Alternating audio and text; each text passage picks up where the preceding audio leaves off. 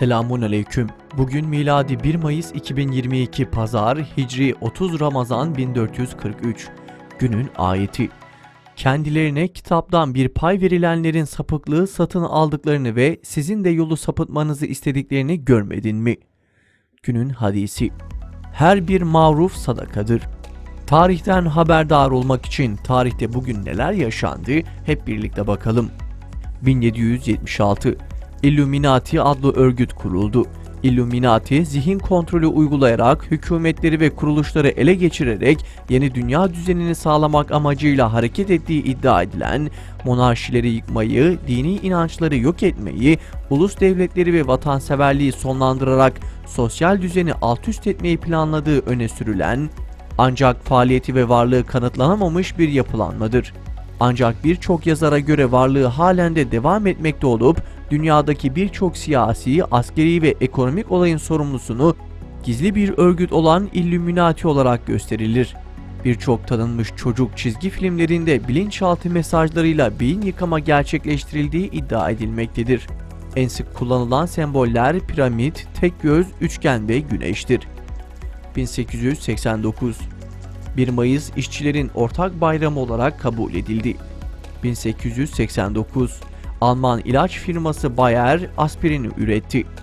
1925 Tarihi boyunca statüsü tartışma ve çatışma konusu olan ve bir türlü paylaşılamayan Kıbrıs, İngiltere kolonisi oldu.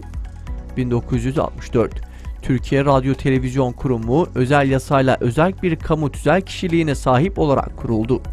1977 İstanbul Taksim Meydanı'nda kutlanan 1 Mayıs İşçi Bayramı kutlamaları sırasında yaşanan olaylarda 34 kişi hayatını kaybetti, 136 kişi yaralandı.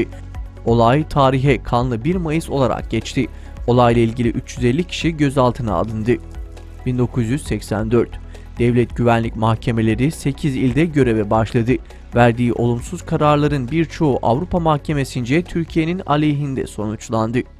1999 ÖSS sınav sorularının çalındığı ortaya çıktı. Sınavlar ertelendi, olay günlerce medyada tartışma konusu oldu.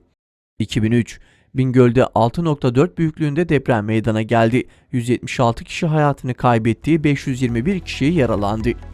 2003 ABD Başkanı Bush, Irak'ta savaşın bittiğini açıkladı. Bush, savaşı kazandık, terörle mücadele ise devam ediyor dedi. Bu sözde mücadele halen devam eden ve 1 milyon civarında Iraklının ölümüyle sonuçlanan Irak işgal sürecinin adıydı. İşgalci ABD, Irak'ta eşine rastlanmamış bir vahşete imza attı. 2006 ABD tarihinin en büyük grevlerinden birine tanık oldu. Göçmen yasası protesto edildi. 2013 Rusya'dan Suriye yasağı. Suriye'de yaşanan olaylar nedeniyle Rusya'daki Hava Trafiği Kurumu, havayolu şirketlerine Suriye hava sahasını kullanma yasağı getirdi. Yasak kararı Rusya'ya ait bir yolcu uçağına 2 füzenin ateşlenmesinden sonra alındı. 2013 Myanmar'da Budistler 2 cami ile Müslümanlara ait 157 evi ateşe verdi. Saldırıların ardından çok sayıda Müslümanın evlerini terk ederek bölgedeki ormanlık alanda saklandığı ifade edildi. 2018 Nijerya'da camiye saldırı düzenlendi. 53 kişi şehit oldu. Polis, öğlen namazında 2 canlı bombanın cami cemaatine yönelik saldırı düzenlediğini açıkladı.